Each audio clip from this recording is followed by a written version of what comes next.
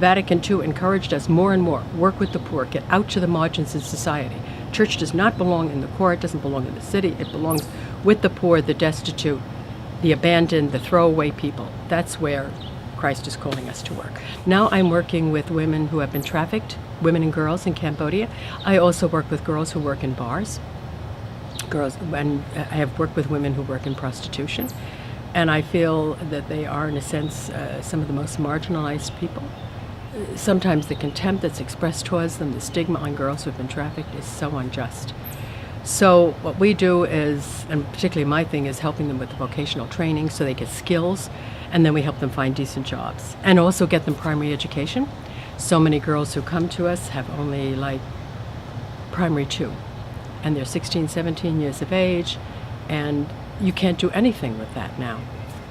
So our objective is to at least get them a primary school certificate, which will take at least 2 years, and then at the same time we're training them to work in high-end restaurants and things.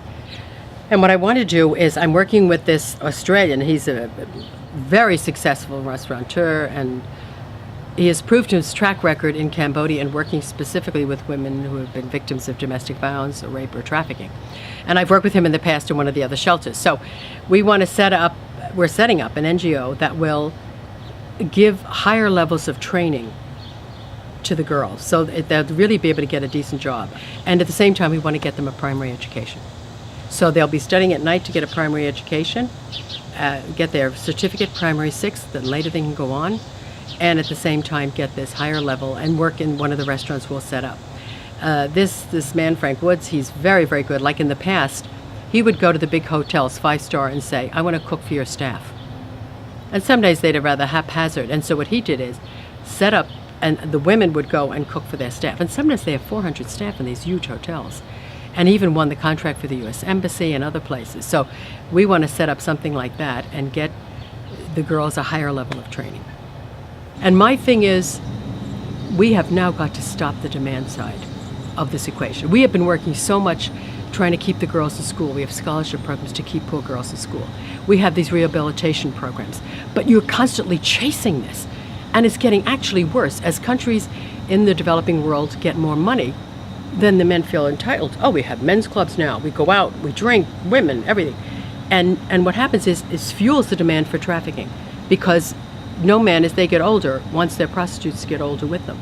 I've been working in it since 1990, so that's, 20-some years, that you realize that you can't stop it until you stop prostitution. I mean, this is where I have, in the beginning you think you could stop them and separate them and just the forcible element of it, but you just realize later the demand is fueled by demand for prostitution. And if that's allowed to just go unchecked, prostitution is glamorized as sex work, it will never stop, and we can't have that. We can't have younger generations of girls from poor areas around the world just sucked into this thing. And to see the suffering of these girls, and to see how you can easily wreck a life, and so young in their life, that this is the core of what I am about. This is, and I know it. It's the meaning of my life. It's the reason I'm here. And it makes me want to get up in the morning, and I have great hope about it. I know we will end this. I know it. I believe it, and I'm working towards that. I have great faith in human nature that we can change, we can evolve, that most people are good, and I think most men, when they hear what the impact of this, will want to change and will want to say, no more trafficking, no more prostitution. To work for that change gives so much meaning to our lives, and joy, and privilege. What a sense of privilege to be able, even though it's a tremendous suffering sometimes. There's a beautiful icon that symbolizes a new icon of Mary, and it's the idea of the universe, and in her, like here in her whole center, her whole core, it is like empty, like the universe, but there is the earth and the moon, and you see it, the whole universe is there. But like when the girls come in, it's like they come in with one big gaping hole, in the center of their being. And then the thing is to help them to see that there's a whole world inside you, that nothing has touched your basic dignity as a human being. You deserve so much better. And then we have to change the stigmatizing of society. Talking to people about that these women have no choice. People always say, well, there's always choice here, and then to show them when you're in such dire poverty,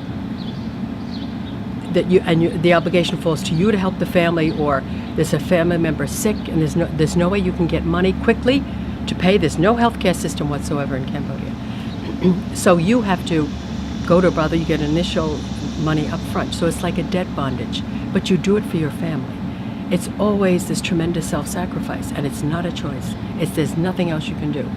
And I think this is important, that we help them to see what they have done for their families, and then to reclaim their honor and reclaim their sense of dignity. And it is a form of resurrection. Indeed it is.